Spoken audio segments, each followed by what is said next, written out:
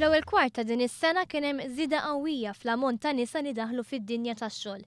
Ekonomisti u attivisti favur id-drittijiet tan-nisa jirrikonoxxu li dan huwa frott il-miżuri tal-gvern.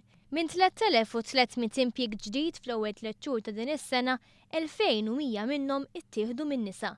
Dan skont ċifri tal-Uffiċċju Nazzjonali tal-Istatistika.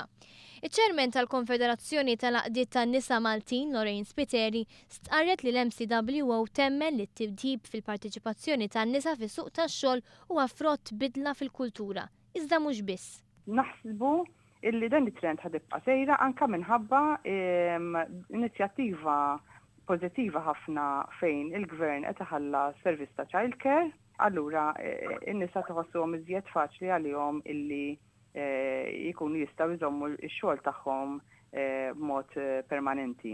Hemm inizjattivi oħra bħal after school activities ukoll u nisperaw li inizjattivi oħrajn bħal maternity leave li tibda titħallas minn l-employers kollha biex iżżid ukoll l-employability tan-nisa. Min-naħa tiegħu l-ekonomista Prof. Slino Brugulio fisser kif iż-żieda tan-nisa li jażlu li jaħdmu għandha effetti tanġibbli pożittivi fuq l-ekonomija ta' Malta, hekk kif ir-riżors uman huwa riżors ewlieni għal pajjiżna u l-valur ekonomiku tan-nisa li jaħdmu għandu effetti kruċjali.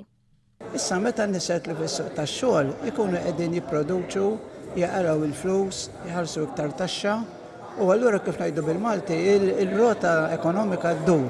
Fri huwa importanti illi ninkoraġġixxu iktar nisa li jaħdmu.